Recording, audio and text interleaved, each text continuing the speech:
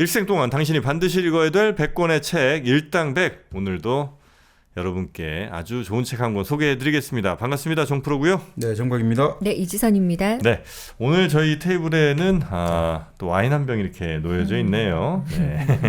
아주 유명한 와인이죠. 몬테스 알파. 네. 뭐 칠레 와인 뭐 대표 선수라고 네. 할 수 있는 우리나라에서도 한 1,600만 병 이상 뭐 팔렸다고 합니다. 오. 네, 칠레 와인, 그러니까 뭐 크게 보면 뭐 프랑스, 칠레, 뭐 호주, 미국, 또 이탈리아, 네. 뭐 요 정도가 이제 강국들인 네, 것 같은데 네. 스페인도 좀 있는 것 같고요. 그렇습니다. 네. 네. 근데 이제 그 중에서도 칠레 와인은 또 전 세계적으로 굉장히 사랑을 많이 받죠. 그렇죠. 좋은 포도 품종과 워낙 날씨들이 또 네. 괜찮으니까. 자, 그래서 오늘 책과 또 잘 어울리는 와인 한 병 여러분께 소개해드리고 바로 시작하도록 하겠습니다. 이게 이제 천사가 상징이 되어 있는 몬테스 알파, 네. 가베르네 소비뇽, 가베르네 소비뇽. 세비뇽. 이건 발음하기가 이게 쉽지가 네. 않아요. 네. 네. 그래서 저희도 뭐 와인을 잘은 모릅니다만 굉장히 맛있는 와인. 저는 이제 괜찮은 와인인지 아닌지는 뭐 설명들은 잘 모르겠고 먹어보면 네. 감은 좀 옵니다. 그래요? 네, 오늘 한번 저 먹어보겠습니다. 와인을 잘 몰라가지고 오늘 저희 그러면 와인 마시면서 방송해요? 한번 마셔보겠습니다. 좋다 좋다. 네. 어유 잘하시네. 아이고 와인을 좀 아시는 분이 좀 알려주셨으면 좋겠는데 와인 어떻게 마시는 게 테이스팅 하시겠습니까? 네. 좋은지. 좋습니다. 네, 에어링 좀 해야죠. 네. 산소와 접촉면을 좀 늘려주시고요. 네. 향이 굉장히 좋군요. 네, 와인은 3번 마시지 않겠습니까? 눈으로 한 번, 코로 한 번, 입으로 한 번. 아, 형 많이 하시네요. 코로 한번 착 쳐봤고, 쳐봤고 향을 한번 음미해 보세요. 코를 쳐봤고 이게 뭐야? 근데 정말 우아하게 마시고 싶은데 잘 안 되는군요. 네. 자, 돌돌돌돌 돌려서. 네.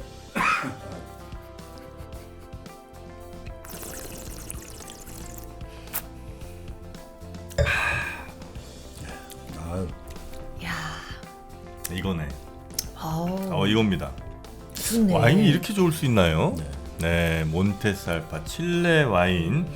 요 몬테스 알파 와인들은 사실 만날 수 있는 곳이 뭐 웬만한 이 와인 다루는 곳에서는 다 아마 네. 굉장히 깔끔하네요, 근데 이 맛이. 네. 산뜻합니다. 만나실 수 있을 거고 주요 뭐 백화점이라든지 혹은 와인 전문 뭐 네. 이런 샵 같은 데서도 만나실 수가 있고요. 네. 편의점도 있고 네. 뭐 마트 다 여기 다 팔고 있죠. 맞습니다. 음. 자, 와인 몬테스 알파 요게 나라셀라에서 이제 수입을 해서 도소매 업체로 많이 뿌리고 있는데 네. 특히 이제 뭐 현대백화점, 뭐 신세계백화점 등등 다 만나실 수가 있고요. 미국인이 가장 사랑하는 또 와인 중에 이 몬테스 알파가 꼽히기도 합니다. 특히 겨울쯤 되면 뭐 또 아는 분들, 감사한 분들 이런 분들과 이제 좋은 술자리 할 일들이 종종 생기잖아요. 네. 요럴 때 몬테스 알파 와인 딱 꺼내시면서 천사, 또 와인이 천사의 눈물 아니겠습니까? 네. 네. Tears of Angel. 네. 네. 이 몬테스 알파 와인과 함께 행복한 연말 연시 보내시고 다만 지나친 음주는 뇌졸중, 기억력 손상이나 치매를 유발합니다. 네. 음신 중 음주는 기형아 출생 위험을 높이니까요. 그런 분들은 좀 조심해 주시고 즐거운 저녁 식사에 또 곁들인 와인 한 잔 참 우리 삶과 우리 또 분위기를 굉장히 좋게 만들어주는 그런 와인이 아닐까. 나라셀라 이 광고주님은 정말 탁월한 선택을 하셨네요. 그런가요? 저에게 와인 광고. 옛날에 그 오래 사는 것 중에 네. 그 무드셀라인가요, 참? 네. 그렇죠. 무드셀라에 나와. 김수한, 뭐 거북이와 도루미, 네. 하다 쭉 나오다 네. 나중에 이제 네, 성경에서 아주 오래 산 무드셀라, 그거는 무드셀라고 여기 이제 나라셀라입니다. 네. 네. 자, 사실 네. 와인은 뭐 지금 말씀하셨지만 그리스 사람들은 이 와인을 마시지 못하면 또 야만인 이렇게 취급을 했기 때문에 와인을 또 너무 많이 마셔도 야만인. 그러니까 와인을 적당히 예전에 그리스 사람들은 물에 타가지고 혼화해가지고 그렇게 먹었다고 하죠. 네, 네. 적당히 마시면 아주 삶을 풍요롭게 만들어준다 이렇게 본 거겠죠. 네네. 자, 하여튼 즐거운 시간 와인 한 잔과 함께 그 여유를 좀 더 즐기시면 좋겠습니다. 몬테스 알파와 함께 했고요. 자, 이렇게 몬테스 알파 와인 소개를 좀 해드렸고요. 네. 오늘 소개해 주실 책 어떤 책인지 말씀해 주실까요? 네, 최근에 이제 그 미국 대통령으로 트럼프 재선됐지 않습니까? 네. 그러고 나서 이제 전 세계적으로 또 많은 여러 가지 이제 파도들이 밀려오고 있는데 또 어떤 분들은 결국 이제 하나의 어떤 지금 세계적 체제 자본주의 어떤 것들이 하나의 한계에 도달한 거 아니냐 이런 말들도 많이 하잖아요. 이제 갈수록 더 이제 자국 중심주의로 다 치닫게 되고 벽을 서로 벽을 서로 쌓아가고 쌓게 되고 이렇다면 네. 이게 자본주의는 기본적으로 끊임없이 서로 확장하고 성장하고 운동해야 되는 건데 이런 식으로 이제 칸막이가 지어지고 블록이 돼버리면 결국 이제 자본주의는 종말을 향해서 달려가는 거 아니냐 이런 생각을 많이 하시거든요. 네. 그래서 최근 종말감들이 많이 좀 여러 군데서 나오고 있는데 자 이럴 때 오히려 그러면 이제 정말 자본주의가 과연 어느 방향으로 갈 것인지 그거에 대해서 이제 여러 학자들이 아주 그런 이제 이 주제에 대해서 많은 글과 책을 냈습니다만 네. 제가 이제 읽은 것 중에 몇 년 전에 나온 책입니다만 자본주의의 종말 그 너머의 세계 해가지고 그 일본의 아주 대표적인 경제 이코노미스트죠 사카키바라 에이스케 그 일본 대장성에서 재무관 일본 대장성에 한 넘버 3까지 올라갔을 겁니다. 네. 거기서 이제 1990년대 후반에 그 당시 우리 아시아 금융위기 해가지고 우리도 IMF 관리 체제를 받았지 않습니까? 그때 이제 일본 엔화 이 외환 환율을 담당했던 그래서 국제 금융계에서 미스터 N이라고 불렀거든요. 네. 미스터 N. 네. 사카기바라 에이스케하고 또 일본의 이제 미즈노 가조라는 경제학자가 있어요. 네. 이 두 명이 일종의 대담도 하고 각각 이제 책을 이제 파트를 맡아가지고 저술을 했는데 이 책이 이 자본주의 그 어떤 시작부터 자본주의의 어떤 운동 원리부터 그리고 이런 것들이 이제 앞으로 어떤 세계로 나아갈 것인지 아주 좀 폭넓게 이게 맞다 안 맞다 이런 게 아니라 우리는 좀 다양한 관점에서 폭넓게 바라보는 게 중요할 것 같은데 네. 그래서 이제 자본주의 종말 그 너머의 세계라는 책이 아주 좋은 것 같고요. 그리고 또 하나 책이 이제 그 지속 불가능 자본주의. 지속 불가능 자본주의. 예, 이게 기후 위기 시대의 자본론 해가지고 그 역시 이제 일본 사람인데 사이토 고에이라고 1987년에 태어났는데 87년생이에요. 예, 근데 이 지금 국제 마르크스 경제학계 마르크스 학계에서 완전 길이나예요. 어마어마하게 이제 뭐 30대 초반부터 활발한 이제 저술 활동을 하고 있는데 이 책하고 같이 엮으면 좋긴 좋은데 이게 또 너무 이제 광범위해지기 때문에 네. 이 책하고 또 나머지 로컬로 턴이라고 로컬로 이제 턴하는 것들 이런 책들하고 같이 엮어가지고 이렇게 설명을 드리고 네. 그리고 이제 예전에 저희들이 한번 이 방송을 했습니다만 미국의 미국 출신이죠 로렌스 토브라고 유명한 미래학자가 있는데 네네네. 그 세 가지 원리에 나오는 이제 결국은 지금의 자본주의 후기 자본주의를 일종의 노동자 카스트로 보거든요. 그 사람은 네. 노동자 계급이 중심됐다. 지적 노동자 계급이 그 사회가 지금 결국 이제 끝나고 새로운 제2 정신 경제, 정신 종교 사회가 오는데 그게 결국 이제 자본주의 이유를 좀 설명하고 있거든요. 그래서 그런 책들 일본과 미국의 학자들 중심으로 해가지고 지금의 우리가 살아가고 있는 이 자본주의 세계가 어떤 식으로 움직여 왔고 또 앞으로 어떤 방향으로 갈지 생각해 보는 것도 좋을 것 같습니다. 네네. 네. 지금 이제 우리는 자본주의 시스템 안에 살고 있는데 네. 이 시스템이라는 게 사실 태생부터 쭉 있던 건 아니고 네네. 언젠가부터 만들어진 거고 네네. 그래서 이제 어떻게 만들어졌는지랑 네. 그다음에 지금의 시스템이 아마도 생명력을 좀 다한 것 같다면 네네. 그다음은 또 어떻게 갈지 좋습니다. 자본주의의 종말 그 너머의 세계. 네.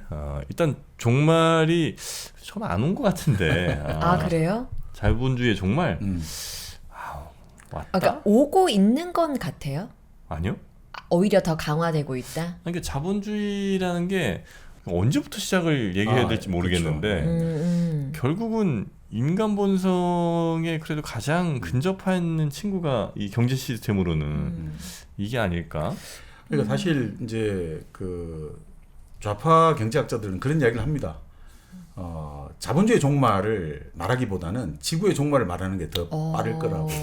그러니까 지구가 종말을 하는 것보다 네. 자본주의 종말하기가 그만큼 더 어렵다는 거죠. 다른 책에서 한번 봤던 것 같은데 사회제도의 완성형이다. 뭐가? 자본주의가 아, 끝이다. 더 나은 건 없을 것이다라는 아, 그런 글을 그래요? 보고 이렇게 생각하는구나라고. 저는 근데 태어날 때부터 이 자본주의에 길들여져 있잖아요. 네. 그 다른 세계를 상상한다는 게 좀 좀 상상이 잘 안 되기도 하고 그렇거든요. 만약 그런 관점에서 보면 아주 우리는 행복한 시대를 살고 있다고 볼 수 있죠. 아, 그래요? 지금부터 한 100년 전후로 해가지고 아, 자본주의의 그치. 변천을 지금 우리는 통과하고 있으니까 네. 이 세계사적으로 유례 없는 시대를 태어나가지고 행복할 수도 있고 뭐 불행할 수도 있습니다. 네네. 근데 사실 이렇게 보실 수 있을 것 같아요. 만약에 어떤 제도가 그 기원이라는 걸 어느 정도 알면 있잖아요. 그 제도의 끝도 있다고 보거든요. 우리가 그래서 아주 중요한 제도 같은 경우는 언제 어떻게 만들어졌는지를 몰라요. 그게 언제 어떻게 만들어졌는지를 알면 없을 수도 있잖아요. 네. 그리고 가족, 결혼 이런 거 언제 어떻게 만들어진지 아무도 모르잖아요. 그걸 몰라야지 계속 가겠죠. 마찬가지로 이제 그러면 자본주의는 뭐냐라고 할 때 예. 자본주의는 사실 어느 정도 역사적인 기원이 있다고 보죠. 네. 그렇다고 본다면 자본주의의 종말도 예상 가능해지겠죠. 근데 사실 먼저 자본 개념부터 우리가 먼저 한번 보고 살펴보고 네, 네, 네. 그 다음에 자본주의 역사를 한번 살펴보고 그 다음 서구 역사 전반적으로 네, 네, 해서 네. 이렇게 가면 조금 나을 것 네. 같습니다. 자본 그리고 자본이 뭐냐 이거죠. 자본주의. 네.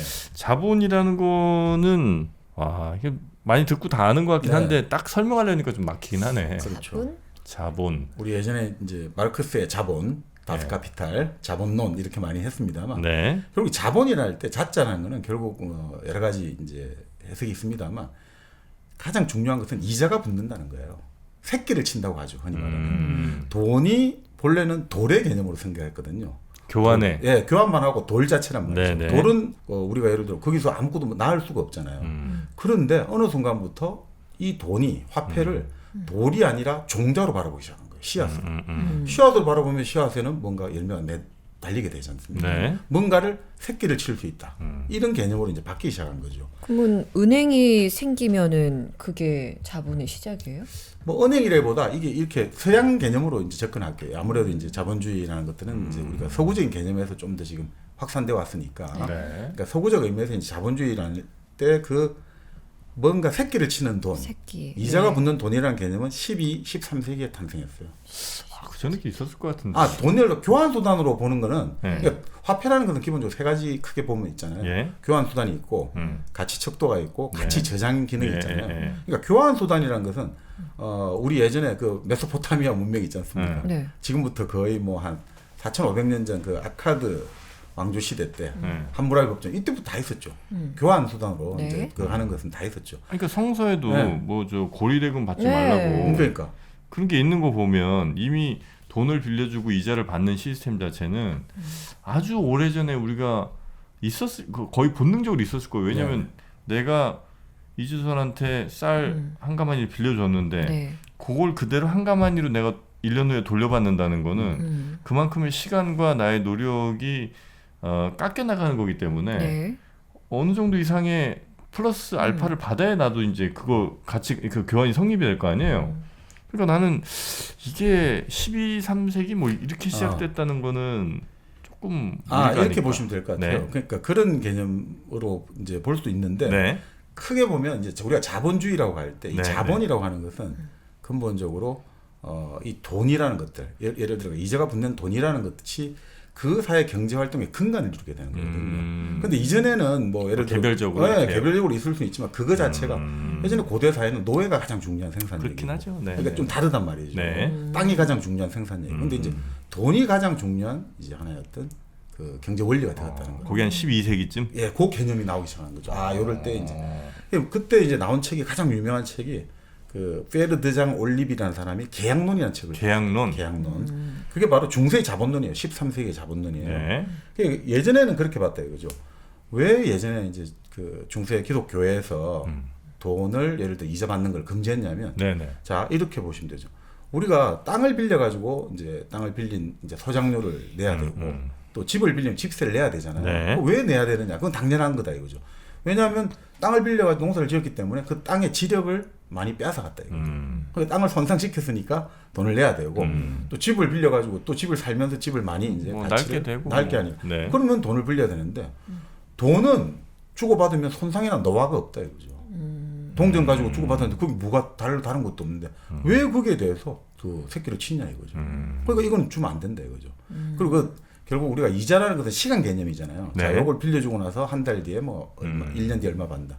시간은 신이 관장하는 영역이다. 이거죠. 그렇죠. 인간이 왜 그 시간에 대해서 뭔가를 받아야 된다. 이게 말이 안 된다 이거죠. 근데 지금 말씀대로 아니 그런데 내가 사실 돈을 빌려줬지만 우리가 기회비용이라는 게 있잖아요. 이 돈을 내가 가지고 있으면 다른 걸 할 수 있었는데 빌려주면서 나는 못한 게 있는데 단순하게 똑같은 걸 받아야 된다? 그것도 좀 억울한 것 같고 예. 또 이 돈을 벌기 위해서 내가 많은 여러 가지 고생을 했는데 이걸 그냥 빌려주고 아무것도 안 받는다? 억울하다. 그리고 경제활동이 이제 12세기에 이제 유럽에서 활발해지거든요. 네. 당연히 상인들 입장에서는 이익을 내야 되는데 이게 안 되잖아요. 자 그러면서 결국 1215년에 라테란 공의회가 열립니다. 네. 거기서 이제 이자를 이제 인정하기 시작해요. 상한선이 한 30% 조금 넘어갈 아, 거예요. 그럼 교회에서 인정을 하는 거예요? 이제 교회가 공식적으로 그 경제활동 이자를 받고 빌려주고 이런 것들을 인정하기 시작하는 거죠. 근데 이때부터 뭐냐면 시간에 가격을 매기기 시작한 거잖아요. 그때부터 이제 어떻게 되냐? 시간에도 가격을 숫자를 매기기 시작하면 우리 속도에도 시간을 매겨볼까? 열에도 시간을, 온도에도 시간 이제 숫자를 매겨볼까? 그다음 사랑에도 숫자를 매겨볼까? 숫자를 매긴다는 개념, 계산한다는 개념이 이제 확산되기 시작해요. 이게 결국 우리가 말하는 합리성, 합리주의, 네네. 이성. 그 이성이 원래 라티오잖아요. 네. 계산한다는 뜻이에요. 아, 레이쇼. 비율, 렉셔널. 다 그런 거죠. 네네. 자, 그러니까 이렇게 되면서 결국 이게 이자를 딱 인정해주면서부터 이 수량화가 결국 근대 자본주의를 만들어냈다고 보는 거죠. 이제 모든 걸 계산할 수 있고 모든 걸 이제 숫자화 시킬 수 있다라고 보는 거죠. 사실 이제 올리비라는 사람이 그 13세기에 이제 계약론을 쓰면서 지금까지는 화폐가 이제 돌의 성격을 가지고 있다. 그러니까 아무것도 이제 나치를 못한다고 봤단 말이죠. 네. 그런데 이제는 화폐를 이제 종자를 딱 성격을 인정하니까 종자니까 씨앗이 뿌려져 가지고 이게 뭐 크게 자랄 수 있잖아요. 열매를 많이 맺을 수 있고. 그러니까 우리가 말 그대로 자본의 운동이라고 하잖아요. 자본은 자기 정식한다고 보잖아요. 네네네. 바로 그런 것들이 정당화되기 시작했던 거죠. 그러면서 결국 이제 모든 분야에서 수량화가 같이 일어나고 그리고 화폐가 지금까지는 교환 수단으로 통용이 주로 되었는데 이제 12세기의 어떤 여러 가지 상업혁명을 거치고 이러면서 본격적으로 화폐가 자본화가 되기 시작한 거죠. 이제 새끼를 치기 시작하고 이자를 계속 뭐라고 할까 산출하기 시작했다는 거죠. 자 그러면 이 자본주의는 결국 뭐냐? 근대란 건 뭐냐? 결국 화폐가 자본화됐다는 관점에서 이제 자본주의가 시작됐다고 볼 수 있고 거꾸로 말하면 만약에 이제 이자가 낮아지고 이자가 제로 금리가 돼버리면 자본주의는 끝났다고 볼 수 있는 거죠. 이제 화폐가 자본의 구실을 못하게 된다면 이제 더 이상 사실 뭐 결국 뭐 지금 그래서 이제 1971년에 닉슨의 이제 달러와 이제 금을 이제 교환해주지 않겠다는 선언 이후로 그 이후로 이제 쭉 이제 서구 유럽과 이쪽을 보고 있으면 아주 금리가 낮아지기 시작했죠. 지금 금리가 일본도 그렇고 대부분의 어떤 선진국들 금리가 낮지 않습니까? 네. 그 말은 결국 이제 사실 투자 대상을 찾지 못하고 있다는 소리고 또 그 말은 결국 자본으로서의 구실을 못하고 있다. 이런 것들을 바라보면 자본주의의 종말을 사실 이런 관점에서 보는 사람도 있어요. 이게 계속해서 이제 거의 뭐 초저금리 이런 게 계속돼 버리면 결국은 이게 결국은 새로운 시대의 하나의 징표로 해석을 하고 시그널로 해석하거든요. 그렇게 보는 사람도 있습니다. 아, 금리 자체가 낮아지고 있는 상황, 제로에 가까워지고 있는 상황을 네. 보면 자본주의는 이제 서서히 생명을 다한 것 같다 이런 네. 판단을 한다는 거죠. 자본이라는 것 자체가 스스로 시간과 함께 뭔가를 계속 새끼치고 불려나가야 되는 건데 그래서 지금 어떻게 보면 그거를 근데 그렇게 끝나게 하면 큰일 나는 거지 않습니까? 네. 그래서 끝나지 않도록 지금 계속해서 노력을 하고 이제 그런 척하게 보이고 있다 이거죠. 그래서 지금 다시는 이제 법정화폐보다 암호화폐에 지금 사람들이 계속해서 뭔가 지금 하는 실체가 계속해서 가시화되고 있는 것들이 네. 또 그런 이제 여러 가지 또 하나의 어떤 징후로 보는 견해도 있습니다. 네네네. 그러니까 그게 이제 자본의 개념이다 이거죠. 네. 예, 그런 개념이고 그럼 자본주의 자체는 이제 역사적으로는 언제 시작됐다고 보느냐면 네. 그 서양 역사에서 기나긴 16세기라는 말을 써요. 기나긴 16세기? 예, 16세기는 보통 우리가 1501년부터 예. 그렇게 볼 거 아닙니까? 100년이겠죠. 뭐. 100년인데 이 16세기는 보통은 이제 15세기 중반부터 17세기 거의 중반까지 됐다고 봐요. 거의 한 200년 가까이 왔다고 봐요. 이 16세기를? 이 16세기의 어떤 그 관점들이. 예를 들어 20세기를 네. 짧은 20세기로 보는 견해도 있습니다.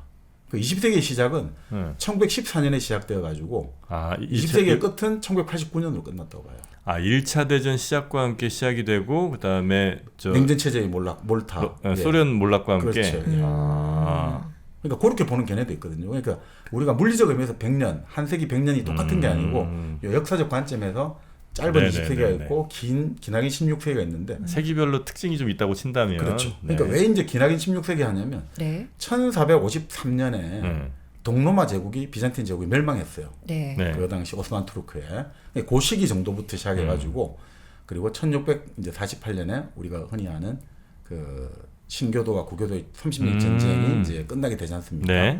바로 그 정도까지 한 200년을 그냥 하나 16세기 관점에서 봐요. 요때 뭔가가 만들어졌다는 거죠. 자본주의가 이제 역사적으로 시작됐다고 보는 견해가 있습니다. 네. 그러니까 실제로 이때 보면 지중해는 지금까지 항상 그 어떻게 보면 이슬람의 바다였거든요.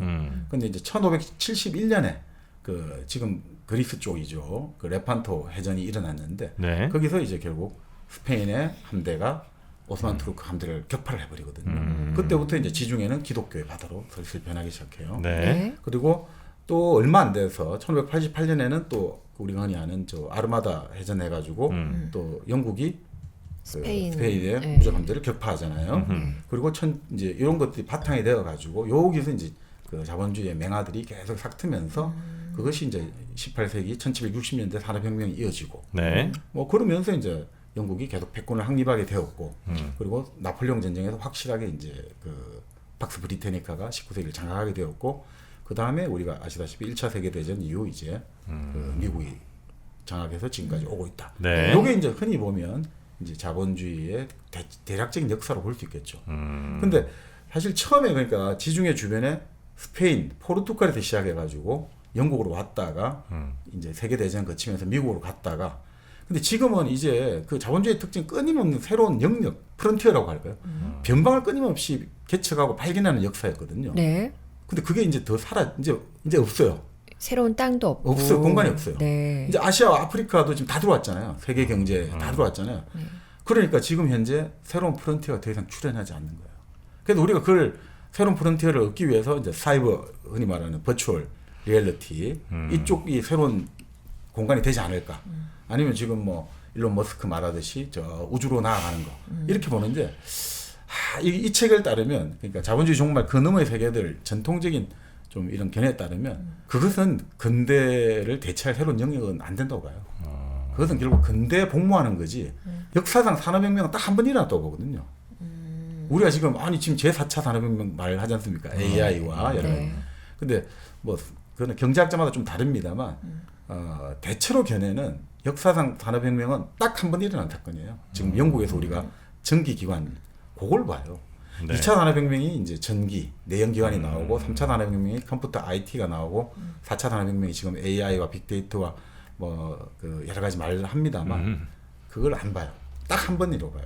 왜냐하면 근본적인 변화는 그거 한 번이다. 에너지를 어떻게 만들어내냐가 없다 이거예요. 지금 우리가 의지하고 있는 AI도 전부 전기로 만들잖아요. 네. 전기가 없으면 못 하잖아요.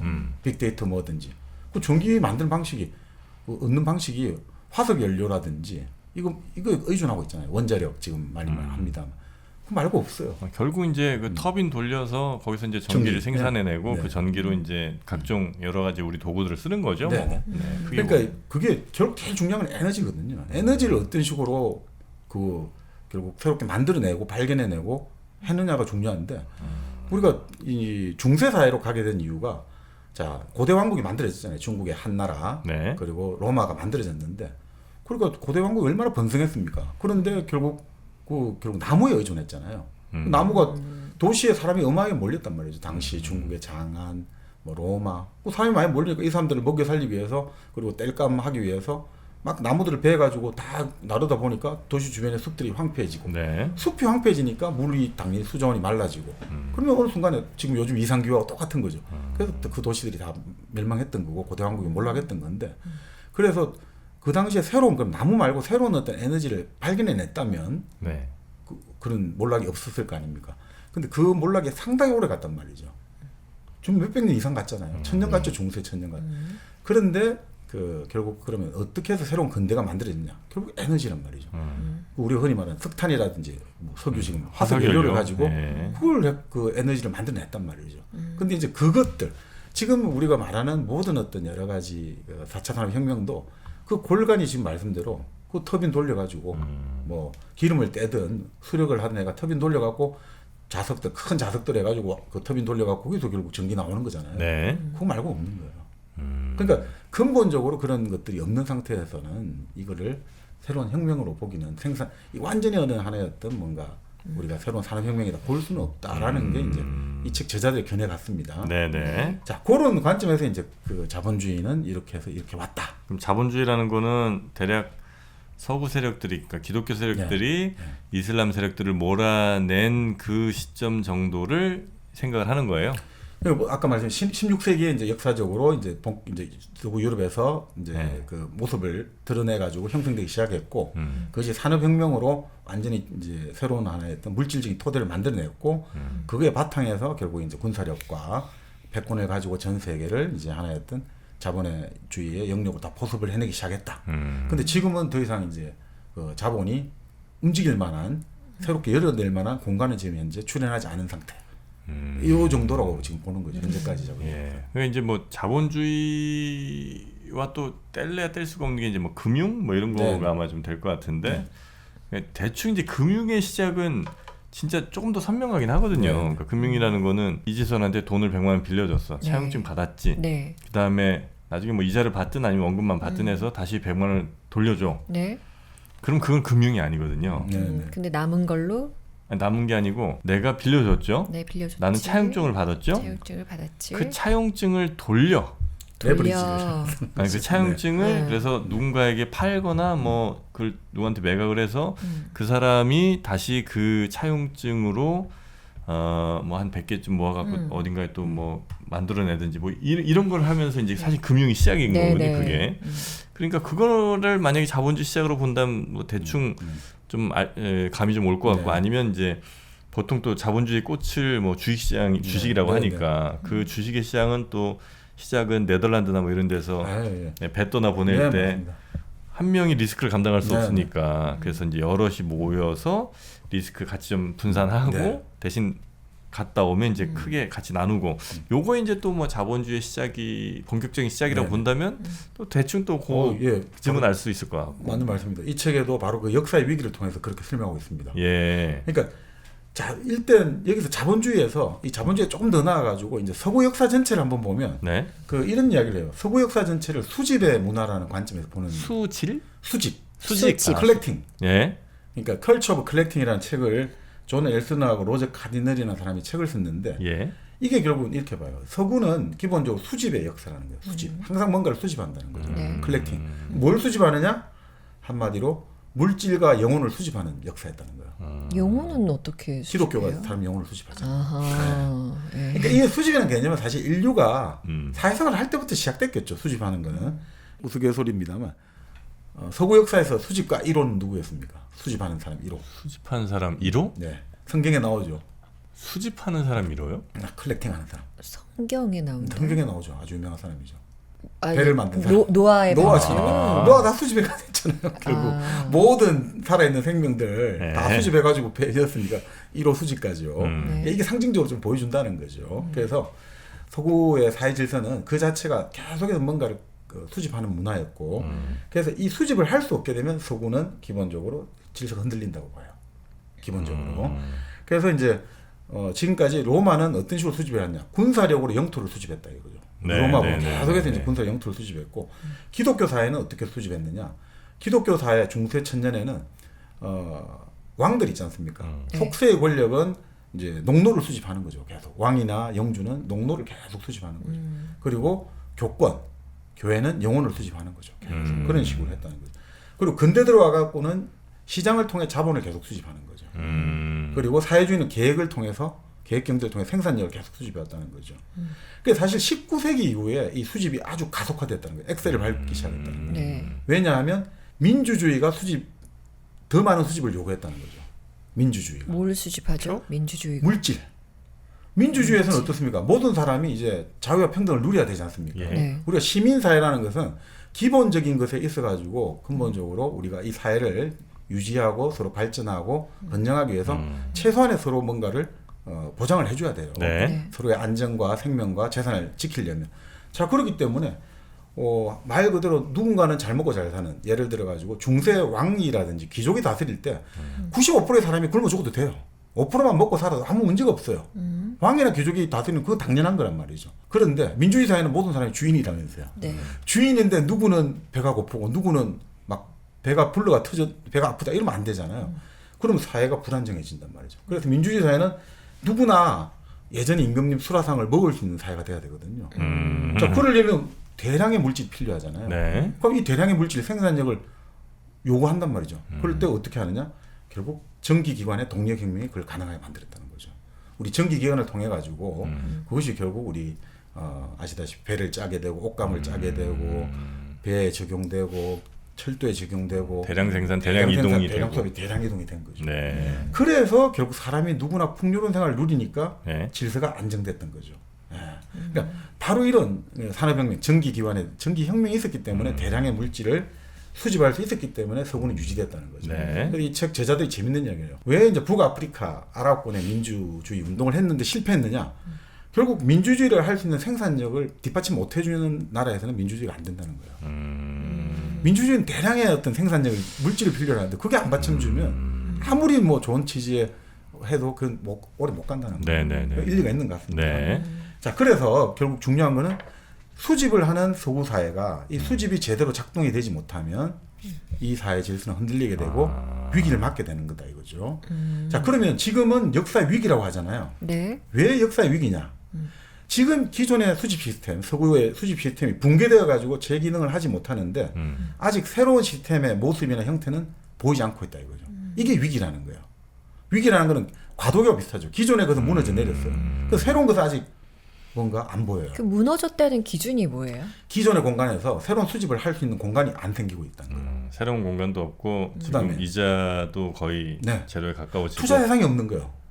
그러니까 이자를 얻어내려면 우리 투자 대상을 찾아야 되는데 투자 대상이 안 나오고 있다는 거죠. 생산력은 다들 넘쳐나 과잉하고 있다 이거죠. 테슬라 사면 되는데. 테슬라 가지고 계세요? 일론 머스크. 가지고 계시냐고요, 없어. 주식. 전 갖고 있어요. 잘했네요. 부럽습니다. 네. 뭐 바로 하여튼 그렇게 이제 네, 네, 이야기를 네. 하고 있는데 네. 그래서 이제 역사의 위기를 이제 여기는 아주 여긴 다양한 학자들이 많이 나오는데 아주 유명한 르네상스 시대를 저술했던 스위스 역사가 야곱 브루카르트를 설명해요. 네. 그러니까 역사의 위기가 3번이 있었다는 거예요. 그게 첫 번째는 로마가 붕괴하고 우리가 말하는 샤를마누 대제, 카롤루스 대제, 카를 대제라고 부르는 사람이 네. 이제 교황에게 황제의 관을 쓸 때까지 476년에서 800년까지 그러니까 지금 몇 년입니까? 330년 가까이 어마어마한 혼란 시대였죠. 로마가 멸망하면서 그래요? 새로운 질서가 만들어질 때까지 330년 걸렸어요. 두 번째는 비잔틴 제국이 붕괴하고 아까 말씀드린 베스트팔렌 조약이 만들어질 때까지 네. 이것도 결국 어마어마한 시간이 걸려요. 1453년에서 1648년이니까 이것도 한 200년 걸렸어요. 세 번째 위기는 1789년에 프랑스 혁명에서 보불 전쟁, 프랑스 프로이센 전쟁까지 1789년에서 1871년까지 보통 그렇게 한번 위기가 오면 최소 100년에서 300년까지 간다는 거예요. 근데 지금 이제 위기가 왔다는 거죠. 네. 그러니까 이 위기에 왔다는 걸 언제부터 보느냐는 좀 견해가 다른데 네. 1971년부터 왔다는 견해도 있고 뭐 예를 들어서 이제 2001년 9.11 테러부터 본 견해도 있고 여러 가지가 있습니다만 근데 결국 이 위기를 가만히 보면 두 번의 위기는 회피할 수 있었다고 봐요. 두 번의 위기는. 네. 예, 두 번의 위기. 예를 들어 비잔틴 제국이 붕괴하고 베스트팔렌 조약이 만들어질 때 종교 우리가 말하는 그 루트의 종교 개혁 운동이 벌어졌지 않습니까? 근데 그건 본질적으로 막을 수 있었다. 그리고 세 번째 프랑스 혁명에서 보불 전쟁에서 바스티유 감옥 이 붕괴 이 혁명도 본질적으로 막을 수 있었다고 봐요. 근데 첫 번째 그 위기 있지 않습니까?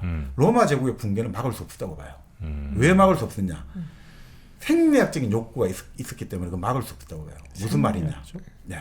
게르만족이 대이동했잖아요. 네. 그 게르만족이 이제 여기서 이제 게르만족이 뭐 반달족, 고트족 많은데 네. 고트족을 예를 들고 있습니다만 이 고트족이 우리도 로마 사람처럼 살고 싶다 이거예요.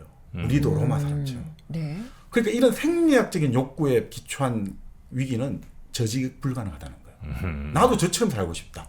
나도 저 사람들처럼 잘 먹고 잘 살고 싶다. 이걸로 비롯되는 위기는 막을 수가 없다고 봐요.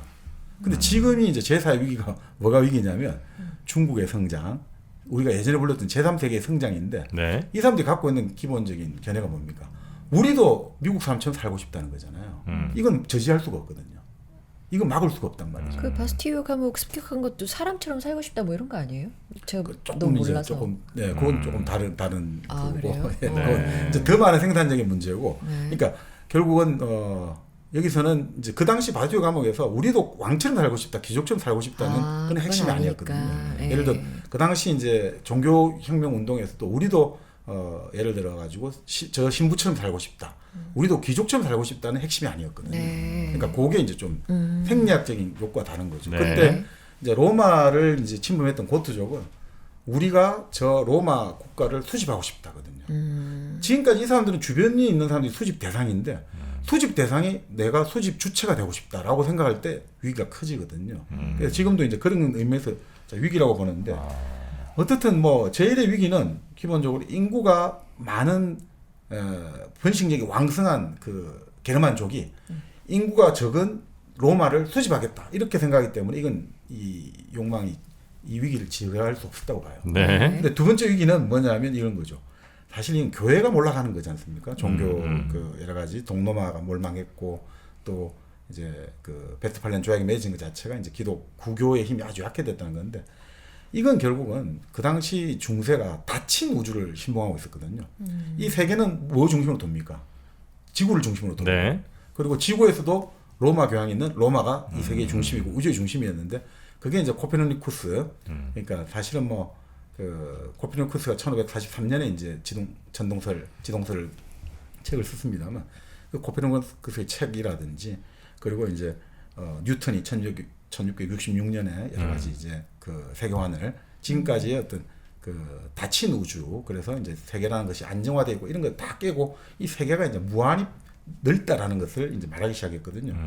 이러면서 이 그 닫힌 우주관이 붕괴되면서 지금까지 어떤 그 교회와 같이 갔던 스페인 이런 데는 계속해서 뭐 신대륙을 자기들이 발견했습니다만 침략하고 했습니다만 끊임없이 교회하고 같이 움직였잖아요. 그러니까 맨날 종교 전쟁으로 돈을 다 써버렸단 말이죠. 네. 그러니까 스페인은 자본주의 초기에 시작을 했는데 왜 스페인 포르투갈이 못 갔냐? 구 패러다임에 같이 했던 거예요. 종교와 계속 같이 가서 우리가 교회의 어떤 충실한 교회의 군대가 되겠다. 그럼 돈을 다 썼고 산업화의 기반을 다지지 못했어요. 근데 당시 네덜란드와 영국은 결국 이제 세계는 이제 닫힌 우주가 깨어졌단 말이죠. 그럴 때 이 사람들이 얘기해 가지고 신대륙 바다라는 것은 무한한 공간이에요. 지금 우리가 생각하는 바다가 뭐 알고 이런 게 아니라 그 사람들에게서는 바다는 정말 무한 그 자체. 우리가 지금 우주로 나가는 것하고 다를 바 하나도 없어요. 자, 그러니까 이 네덜란드와 영국은 거기서 이제 이 무한 우주, 이 바로 새로운 어떤 그 과학 패러다임에 입각해가지고 새로운 공간을 만들어냈고, 그리고 결국 바다라는 공간을 발견해내면서 자본주의가 시작된 거죠. 네. 이렇게 된 거라는 거죠. 그러면서 그 이제 주체가 되었던 거죠. 그리고 제3의 위기 아까 말씀드린 이제 프랑스 혁명에서 버블 전쟁까지는 뭐냐면 뭐 이렇게 봐요. 결국은 이제 이거는 이데올로기 투쟁의 역사라고 보는데 결국 프랑스 혁명 이후에 이제 경쟁이 붙었다는 거죠. 자본주의와 민주주의가 한 축이 되고 네. 흔히 말하는 PT 일당 독재하고 계획 경제가 한 축이 돼가지고 자 어떤 시스템이 시민의 무한한 욕구를 충족시킬 수 있는가 경쟁이 붙다는 거죠. 그래서 계획 경제를 가지고 시민의 욕구를 충족하느냐 자본주의 시장에 맡겨서 우리가 말하는 시장 경제와 민주주의를 가지고 하느냐 그것은 이제 1991년에 소련 해체로 결국은 명확해졌다는 거예요. 결국은 네. 국민의 생활 물자를 과잉 생산하는 자본주의가 군사 물자를 과잉 생산하는 사회주의에 승리한다는 것. 이렇게 이제 이렇게 볼 수 있다고 이렇게 되어 있습니다. 근데 이제 어쨌든 뭐 그 서구적 시각이 서구적 확실히 시각이죠. 어쩔 수 없이 많이 들어가 있는 것 같긴 네. 한데 예를 들어 뭐 두 번의 얘기, 세 번의 얘기 이렇게 얘기를 하지만 그때도 어찌 보면 동양에서는 뭐 명나라, 뭐 송나라, 뭐 정말 리즈 시절 네. 구가던 때가 있었고 그래서 인류의 위기가 아니라 그냥 서구의 위기였던 거지. 그리고 네. 그렇지. 서구가 막 네. 저 몰락하던 때 또 이슬람 이쪽 세력들은 뭐 7, 8, 9, 10세기 네. 정말 잘 나갔거든요. 네. 그래서 그렇게 보면 사실 리즈 시절이 위기가 전혀 아닌데도 네. 그러니까 자기네들이 위기고 자기네들이 뭐 좀 예. 힘드니까 뭐 위기가 왔다. 근데 뭐 이게 자본주의로 얘기를 하니까 자본주의 근간이 유럽에서 시작했다고 보는 거잖아요. 자본주의 그러니까 이건 이제 인류사의 위기 아니에요? 인류사의 근데 이게 서구 지금 이제 제가 좀 여기서 말씀드린 네. 거는 지금 이제 서구 중심의 역사라는 건 분명히 전제를 하고, 네. 근데 지금 서구 중심의 역사가 주체가 된 게 자본주의, 자본주의가 여러 가지 뭐 우리도 동양도 맹아가 있고 다 있는데, 네. 근데 핵심은 지금 이제 우리 이지선 씨 말씀대로 서구가 이제 중심이 주도적으로 300년간 왔으니까 그렇다고 보십니다. 아, 근데 우리 저 사실 우리나라에도 정말 위기에 있는 뭐 네, 자영업자분들도 많이 계시고 네. 한데 또 18이 되면 네, 네. 또 사회로 나와야 되는 또 보호 청소년들이 있습니다. 네. 그들도 어찌 보면 위기일 수 있거든요. 네, 네. 관련된 영상 하나 잠깐 보겠습니다. 제가 처음에 아기를 낳아서 이제 조그만한 아기를 이렇게 탁 떠안았는데 제가 무슨 생각을 했냐면은 나의 탄생의 순간은 어땠을까라는 생각이 드는 거예요. 나를 이제 떠나보내기로 한 엄마는 나를 봤을 때 어떤 기분으로 봤을까라는 게 딱 생각이 드는 거예요. 아름다운 재단 18 어른 캠페인. 네, 영상 보셨는데 이 영상 속에 그 허진희 씨, 네, 이제 보호 종료된 청년에서 이제는 엄마가 네. 또 되셨잖아요. 네, 그래서 되게 한편으로는 자랑스럽기도 하고, 네. 네, 이런 용기를 얻고 또 다른 사회에 아주 건강한 구성이 네. 또 되실 수 있는 이런 분들을 계속해서 우리가 좀 응원을 해드려야 되니까 그래서 우리 아름다운 재단 네. 18 어른 캠페인을 또 많이들 응원을 해주시면 네. 네, 그것도 연말에 또 따뜻한 마음들 같이 모여서 이분들이 이제는 내가 혼자인 것처럼 느끼지 않도록 네. 네, 했으면 좀 좋겠다는 생각이 들긴 합니다. 네. 네, 지금도 많은 아마 우리 또 나가야 되는 18 혹은 뭐 17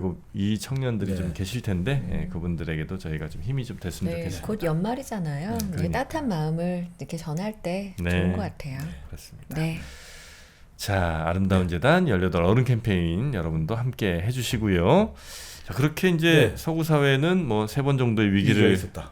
겪고 지금 이제 제4의 위기. 제4의 위기에 네. 놓여져 있다. 네, 네. 예, 이거 이제 진단인 거죠. 그렇죠. 자, 그런데 뭐 여기 여러 가지 있는데 이 위기 시대가 재미있는 게 모든 위기가 끝나고 이제 그러니까 위기가 시작되고 나면 초저금리 시대가 도래했다는 거예요. 그 세 위기가 이제 끝나고 번의 나서. 그래요? 위기가 예. 오고 난 뒤로. 그러니까 아까 말씀드린 이제 우리가 막 로마가 붕괴되고 이러고 나서 로마가 붕괴돼서 그때를 지금의 어떤 금리 그 계산으로 찾기는 좀 힘든데 네. 유사하게 추정해 볼 수 있는 게 당시 이제 동로마 비잔틴은 그 계속해서 생활을 유지하고 있었잖아요. 그 비잔틴 지방의 금리를 그 당시 조사해 보면 그 로마가 붕괴되고 나서 6세기에서 8세기 거쳐가지고 금리가 한 6에서 8% 정도를 유지했다는 거예요. 네. 그러면 높았을 때는 얼마인지도 근데 알아야 보통 되는 이제 거죠? 3세기 초에 로마의 금리가 한 12% 되었다는 거예요. 근데 반으로 떨어졌다 이거죠. 네. 그리고 제2위기 있지 않습니까? 네. 그 교황권이 몰락하게 네, 되고 네, 네. 종교 전쟁이 일어났을 때 그 이후에 이제 17세기 초 이탈리아 당시 가장 활성화된 도시 제네바 아닙니까? 네. 제네바의 금리가 1.125% 정도였대요. 야, 연 연 1.125. 거의 뭐 무이자 수준인데. 그렇죠. 그리고 제3위기, 그러니까 아까 말씀드린 이제 보벌 전쟁 끝나고 나서 영국이 그 롱 디프레션, 장기 불황에 들어가거든요. 네. 이 시기에 또 금리가 2.1% 정도예요. 그러니까 이거는 결국 뭐냐? 이 위기 시대 뭐 어느 정도 딱 그거 하고 나서 초저금리가 된다는 것은 결국은 투자 수단을 발견할 수가 없다는 거죠. 투자 대상을 발견할 수가 없다는 거죠. 그러니까 이게 지금 20세기 말부터 현재까지 선진국들도 비슷하게 지금 저금리 추세가 많이 된다는 것은 새로운 지금 투자 대상을 이제 발견하지 못한 거 아니냐라고 이제 보고 있습니다. 근데 이번 위기가 왜 지금까지 위기보다 더 심각하느냐? 두 번째 위기는 바다를 발견해가지고 신대륙을 수집했단 말이죠. 네. 그렇죠. 신대륙을 수집해가지고 위기를 넘겼단 말이죠. 그 세 번째 위기, 아까 보벌 전쟁으로 끝난 세 번째 위기는 식민지 수집으로 또 위기를 넘겼단 말이죠. 네. 그렇죠. 식민지를 막 서로 이제 식민지 쟁탈전이 벌어졌지 않습니까? 그렇게 위기를 넘겼는데 이번에는 그런 공간이 없다는 거예요. 지금 네 번째 위기에는 그 공간을 찾지를 못하고 있다 이거죠. 그래서 우리가 그거를 아니 그러면 뭐 IT로 전자금융 공간, 사이버 공간이 되지 않느냐 지금 네. 그런 이야기를 많이 하지 않습니까? 근데 이제 그게 이제 과연 이제 그 가능하느냐 마느냐 가지고 이게 좀 여러 가지 이견이 있는 것 같습니다. 그런데 어떤 생각이 드십니까? IT가 과연 새로운 공간을 제가 열어낼 수 있느냐 없느냐 아까 뭐 말씀을 조금 그 나눴습니다만 피해자입니다. 피해자. 어떤 피해자요? 사이버 공간을 땅을 쪼개가지고 판다는 거예요. 어디? 몰라요. 뭐 인터넷에서 아, 그 뭐 세컨드 얼슨가 아닌 뭐 그건가 그거? 모르겠어요. 그래가지고 네. 그거와 관련된 코인을 샀습니다. 나도 땅 갖고 싶은 거야 사이버라도. 네. 그래가지고 마이너스 92% 찍고 있습니다. 돌아오질 않아. 아 그래요. 네. 요즘에 코인 뭐 많이 올랐지만 그건 오른 애들도 그거는 그거는 따로 안 돼요. 도지 뭐 이런 애들만 올랐고 예. 공간이 필요하다. 네. 아, 그러니까 이게 과연 IT로 인한 우리가 지금 여러 가지 제4차 산업혁명 해가지고 이게 그러니까 우리 말씀 쉽게 말하면 200년 전에 전기기관의 역할을 할 수 있겠는가? 완전히 모든 분야에 이걸 패러다임 바꿔버린 거잖아요. 이게 한마디로 전기기관이 나오면서 우리가 뭐 공장, 기차, 선박 해가지고 모든 것들이 확 바뀌어버렸잖아요. 네. 우리가 하다 못해 뭐 그죠? 우리가 보일러 해가지고 난방 다 바뀌었잖아요. 그러니까 네. 우리 의식주를 완전히 다 바꿨는데 이런 정도의 역할을 할 수 있을까 이거요. 어떻게 생각하세요, 전문가님? 저는 네. 사실 뭐 1차 대전 이후에 위기 이제 지구는 끝났다는 얘기 한 사람 없겠습니까? 네, 네. 2차 대전 후에 이제는 진짜 지구 끝났다. 야, 네. 핵 막 양쪽이 개발하는 거 보고 50년대 60년대 지구는 이제 곧 멸망한다. 네. 이 얘기는 매년 나오던 얘기라 사실 저는 약간 좀 공감은 좀 덜 되고 네. 또 하나는 그러니까 금리가 낮은 거는 과거에 금리가 막 낮을 때는 정말 돈이 갈 곳이 없어서 금리가 낮아진 거고 네. 그래서 경제가 좀 어려워졌겠죠. 네. 근데 지금의 금리가 낮아지면 오히려 돈을 빌리는 비용이 싸진 거 아니에요. 네. 네. 그러니까 사실은 돈이 돌긴 훨씬 더 좋아지는 환경이 되는 거거든요. 그렇죠. 네, 그래서 예를 들어 그 싸게 빌린 돈으로 부동산 투자를 하건 주식 투자를 하건 네네. 혹은 뭐 채권 투자를 하건 채권 좀 아니겠구나. 금리가 싸졌으니까. 뭐 예를 들어 뭐 기름이든 지금은 거의 모든 지구상에 있는 모든 것들이 다 투자 및 투기의 대상이 돼 있는 상태라 네. 그렇죠. 금리가 싸져 있는 게 과연 이게 위기인가? 이 세상 끝나는 얘기고 뭐 위기인가에 대해서는 저는 약간 좀 예, 그러니까 이제 지금 이제 말씀은 그런 것 같아요. 그러니까 모든 대상이 바로 다 그렇게 투자 대상이 될 수 있기 때문에 이제 이 책의 저자들은 그래서 그게 거품이 낄 수밖에 없다고 보는 거예요. 그게 그래서 계속 주기적인 거품이 만들어지고 깨어지는 과정이 이제 금융이 가속화되면 그렇게 이제 된다라고 이제 보는 입장 네. 같아요. 그래서 뭐 한번 보시면서 또 이제 판단하시면 네. 좋지 않을까 싶습니다. 네. 그래서 이제 이 책의 저자들은 그렇게 보는 것 같아요. 이거는 결국 지금의 IT는 이제 우리가 근대 자본주의의 운동 원리를 한번 상기를 해보자는 거죠. 그러니까 근대 자본주의의 그러니까 자본주의를 구동하는 원리는 뭐냐면 보다 멀리, 보다 빨리, 보다 합리적으로, 뭐 혹은 보다 효율적으로. 요게 세 가지가 근대 자본주의 원리라는 거예요. 자, 전기기관이 나와가지고 보다 멀리 갈 수 있게 됐지 않습니까? 네. 네. 그럼 보다 멀리 가야지 이익이 많이 나오죠.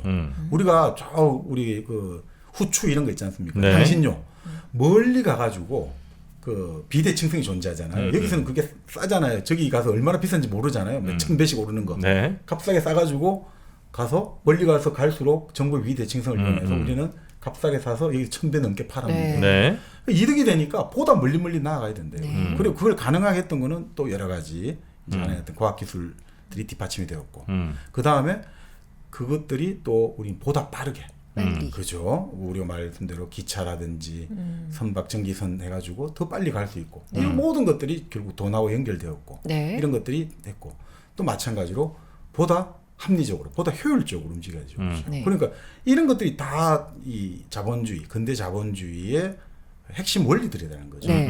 자 그런데 그러면 IT를 여기에 적용해 보자 이거죠. 좋아요. IT는 결국 보다 멀리 보다 빠르게를 더 촉진시켜주는 네. 그러니까 새로운 어떤 신무기가 아니라 기존의 자본주의의 보다 멀리 보다 빠르게 보다 효율적으로를 더 뒷받침해주는 하나의 어떤 수단이고 무기이지 완전히 패러다임을 바꿀 수 있는 그러니까 전기기관처럼 이건 아니지 않느냐라고 이제 보는 것 같아요. 근데 결국 그건 제가 보기에는 이 에너지를 네. 전기기관은 새로운 에너지를 발굴해가지고 그 에너지를 가지고 이걸 만들어냈고 그 IT는 기본적으로 어떻든 전기라는 것들이 지금도 유지되고 있는 게 결국 그건 화석 연료잖아요. 네. 네. 그게 결국 결정적인 좀 차이가 아닌가. 그러니까 이게 뭐 어떻든 갈수록 우리가 뭐 AI 합니다만 더 화력 발전이라든지 이런 게 더 요구된다고 그러잖아요. 그죠? 기존의 재래식 발전들이. 자, 이럴 때 결국 그러면 보다 멀리, 보다 빠르게 보다 효율적으로 이게 IT가 지금 여기에 부합하는 건지 완전히 새로운 게 있냐 이거죠. 그래서 이 IT라는 게 결국에는 제 머릿속에는 AI랑 같이 이제 겹쳐지는데 AI가 등장함으로 해서 보다 500배는 멀리 뭐 보다 1000배는 빨리. 그렇죠. 이게 우리가 생각하는 그냥 네. 일반적인 속도가 아니고 앞으로 더 빨라질 거기 때문에 속도 면에서 보면 패러다임이 완전히 바뀐 거 아닌가. 그러니까 이제 그게 이제 여기도 이렇게 보는 것 같아요. 금융 테크놀로지 IT로 인해 가지고 버추얼 공간이 엄청 넓어지는데 그게 가장 문제가 그게 고용과 그러니까 인간과 관련돼 가지고 이게 가능하냐 이거죠. 그러니까 오히려 뭔가. 결국 이제 고용에 기하는 바가 약하고 그러니까 끊임없이 자산 가격을 상승시키기 때문에 거품을 일으켜서 경제를 계속 불안정하게 만든 거 아니냐. 그러니까 IT는 진짜 코페르니쿠스 혁명이나 어떤 17세기 과학혁명처럼 완전히 천지개벽식 충격이 아니라 이 전기기관이 가져온 근대 과학이 총직결된 거다.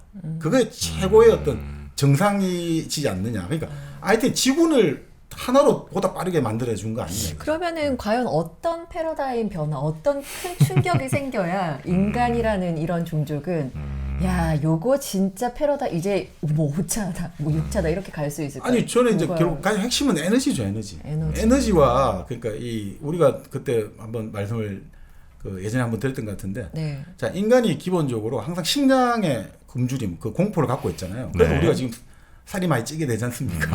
왜냐면 항상 우리가 먹어야지 채워놔야 되니까. 빈곤을. 네. 우리 인간의 몸은 빈곤, 그러니까 항상 굶주림을 기본으로 쓸게 됐잖아요. 네. 그러니까 우리는 무조건 먹어야 되는 거예요. 예전에 그 굶주림을 기본으로 우리 몸은 기본값이니까. 자, 그러니까 그들 때 항상 공포를 있었는데 그 식량의 공포를 해결한 게 농사를 지었다 이거죠. 그래서 주기적으로 어떻든 물론 그게 어느 정도 우리가 원하는 만큼 될 땐 시간이 많이 걸렸습니다만 어떻든 우리가 씨를 뿌리면 그도 드린다는 그 개념들 네. 이걸 통해서 식량의 어떤 공포에서 벗어나기 시작했다 이거죠. 그 두 번째로 이제 시간과 공간의 공포 두세 번째 합쳐가 말씀드리면 시간과 공간의 공포에 벗어나는 게 결국 이제 공간에 아주 멀른 공간에 갈 수가 없었지만 우리가 기차라든지 선박, 배, 항공기를 만들어내면서 이제 공간에 대한 것도 극복해냈다 이거죠. 그리고 시간에 대한 것들 예전에는 편지 한 번 쓰고 보내면 한 달 걸리고 이랬는데 요즘은 전화기로 바로. 그러니까 이제 시간의 한계도 극복했다 이거죠. 그리고 네 번째가 지금은 그래서 흔히 말하는 제4차 산업혁명에 3D 프린팅 같은 경우가 이제 물질에 대한 그걸 극복할 수 있지 않겠냐 보거든요. 이제 물질도 우리가 이제 3D 프린팅으로 찍어내고 조합하면 우리도 물질도 극복한다. 그렇게 되면 이제 우리는 완전히 하나의 어떤 인간은 우리가 말하는 무릉도원에 살 수 있지 않겠느냐라고 이제 보는 입장도 있어요. 근데 이제 그게 결국 가능하려면 결국 핵심은 에너지 문제란 말이죠. 지금 에너지 문제인데 우리가 지금 제일 문제가 지금 이상기후 시대잖아요. 네. 지난 여름이 너무너무 더웠는데 네. 포르투갈 속담에 뭐 그런 게 있다고 해요. 오늘보다 나은 내일은 없다는 신념으로 살아가야 된다는 거예요. 오늘보다 나은 내일은 없다. 이제 오늘이 가장 좋은 우리 인생에서 날이고 계속 내려간다. 이런 신념인데 지금 사실 우리가 뭐 그 문제가 지금 가장 핵심 같아요. 아까 말씀드린 기후위기 시대의 자본론의 저자가 주목하게 된 게 이 이상기후 시대에 과연 인간이 생존할 수 있느냐 인류가 이걸 지금 너무 우리가 쉽게 생각하고 있는데 우리가 진짜 이번 여름을 한번 겪어봤습니다만 네. 이럴 때 이제 우리가 어떤 식으로 살아가야 되느냐 그걸 과학 기술로 이걸 해결할 수 있느냐 이게 지금 이제 해결할 수 있다 없다 가지고 여러 가지 이견이 있는데 네. 해결할 수는 있다고 봐요. 100년 정도 뒤면. 근데 문제는 우리는 100년이 갈 수가 없어요. 2050년까지 2050년까지 이산화탄소 배출량을 빵으로 지금 하려고 계획을 해야 되는데 안 되잖아요 지금. 네네네. 그럼 우리가 과연 타이밍의 싸움인데 그때까지 우리가 버틸 수 있겠느냐라고 이제 좀 우려하는 견해가 많더라고요. 네. 환경 문제는 좀 약간 뭐 뒤로 하더라도 이분들은 대체로 그 뭐랄까 이게 계단식의 어떤 인류의 발전 같은 거를 조금 더 생각을 하시는 것 같아서 네네. 저는 약간 이게 그래프가 쭉 완만하게 그려지는 이걸 이제 보통 좀 저는 생각을 하거든요. 네. 예를 들면 처음에 증기기관 나왔어. 증기기관 나왔을 때 효율이라는 거는 말보다도 못했거든요. 네. 그래서 말이 끄는 것보다도 처음엔 더 못했지. 그러나 이제 점점 기술 개발하면서 네. 뛰어넘었겠죠, 당연히.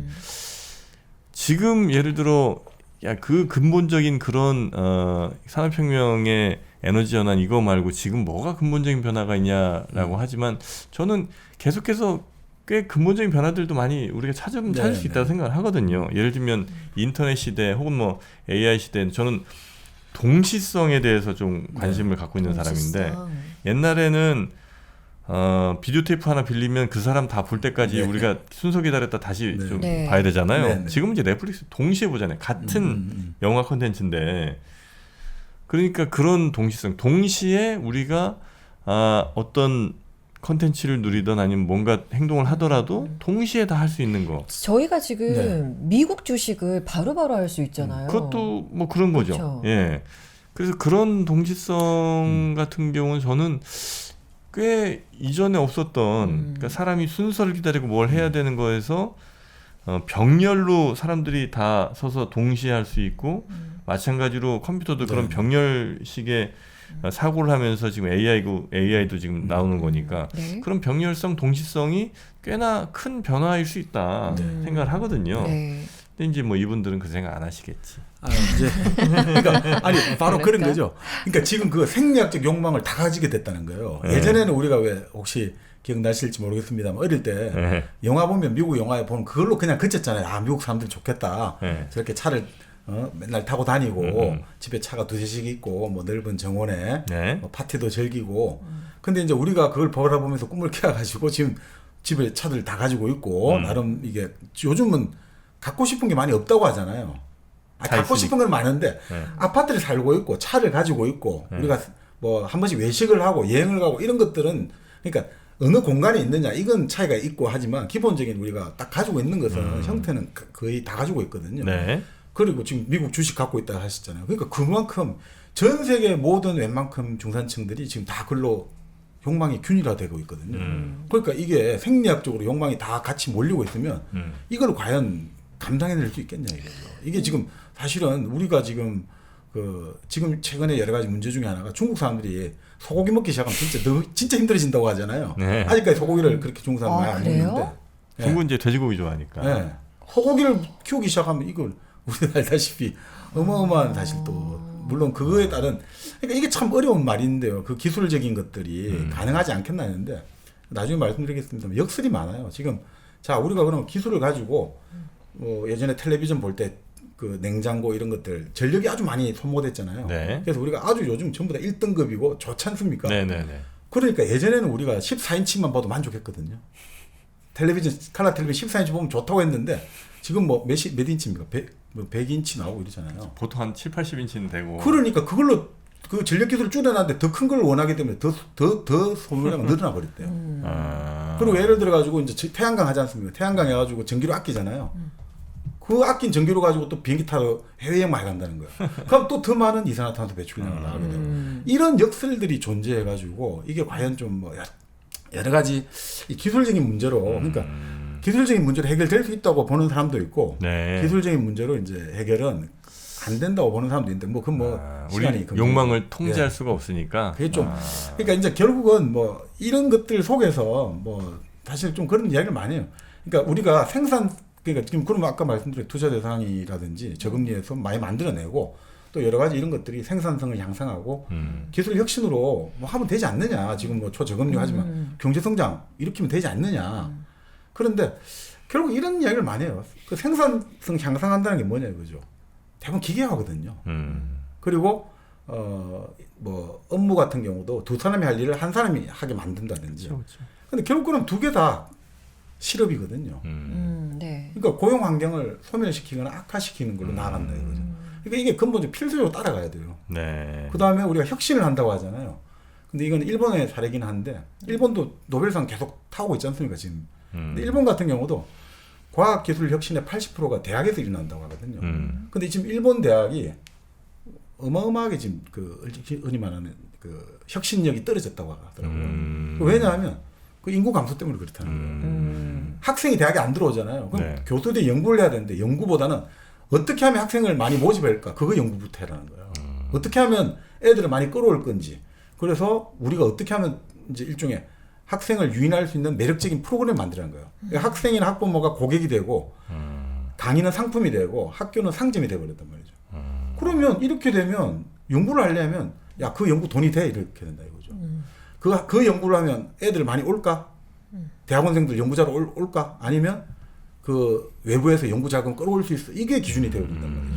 근데 혁신이라는 게 보통 그런 얘기 많이 하지 않습니까? 혁신은 세렌디피티의 법칙이 설정된다고 하잖아요. 그러니까 애초에 내가 찾으려고 했던 것이 아니라 전혀 엉뚱한 것을 발견하게 되는 게 보통 혁신이 많이 나오잖아요. 네. 그러니까 생각지도 못했던 발견을 해야 그거 혁신의 정체인데 연구 계획서는 전부 다 내가 이 연구를 하면 이게 됩니다라는 것만 딱 나오는데 그게 어떻게 발견이 되겠냐고 발전이. 그런 이야기를 좀 많이 해요. 그래서 무조건 앞일을 예측하려고 하는데 연구라는 건 앞일을 예측 못하는 상태에서 뭘 해야지 연구가 발견되는데 지금 계속해서 그런 식으로 되니까 과연 지금 이제 뭐 저도 친구 이제 대학에서 그 연구를 하고 하는 친구들 만나서 이야기를 들어보면 자기 하는 일이 맨날 그 연구 계획서 쓰는 것밖에 없대요. 그리고 애들한테 어떻게 하면 장학금을 줘야 되고 돈 때문에 연구를 제대로 할 시간이 없다는 거예요. 하는 일 맨날 가서 이제 사람들 만나가지고 여기에 돈을 대야 될 이유. 정작 연구는 못 하고 있다는 거예요. 그러니까 자본주의가 유지되려면 세 가지가 필요하다고 하잖아요. 첫 번째가 경제가 계속 성장해야 되고, 두 번째가 인구가 증가해야 되고, 세 번째가 생산 기술이 계속 혁신해야 되는데 이게 지금 인구는 증가 안 되고 있죠. 경제 성장 안 되고 있죠. 그리고 이런 혁신도 갈수록 이게 아이디어가 실현된 정도가 생각보다 많이 우리가 뭐 또 걔네가 좀 다릅니다만 어떤 경우는 네네. 또 많다고 하는데 좀 생각보다 요즘 많이 떨어지고 있다는 견해도 많아요. 그래도 커피 양은 맛은 많이 계속 좋아지잖아요. 맞습니다. 네, 커피 맛은 좋아지잖아. 우리 정박님이 그거는 맞대. 네, 계속 좋아지고 있잖아. 네, 맞습니다. 계속 기술 혁신, 로스팅 혁신, 네. 포장 혁신 계속해서 만들어내고 그렇죠. 계시잖아요. 어디든 멀리 보내드리고 언제든 빨리 그렇죠. 보내드리고 합리적이고 효율적인 네. 가격. 보관도 용이하게 예, 해주시고, 맞습니다. 네, 1kg 커피, 네. 맛있는 1kg 커피를 여러분 뭐 대체로 드셨을 것 같은데요. 네. 이제는 여러분만 드시는 게 아니고 여러분 주변에도 좀 소개를 해주셔야 될 때인 것 맞습니다. 같습니다. 네, 혼자만 행복해서는 안 되죠. 저는 1kg 커피는 의리라고 생각해요. 의리. 의리.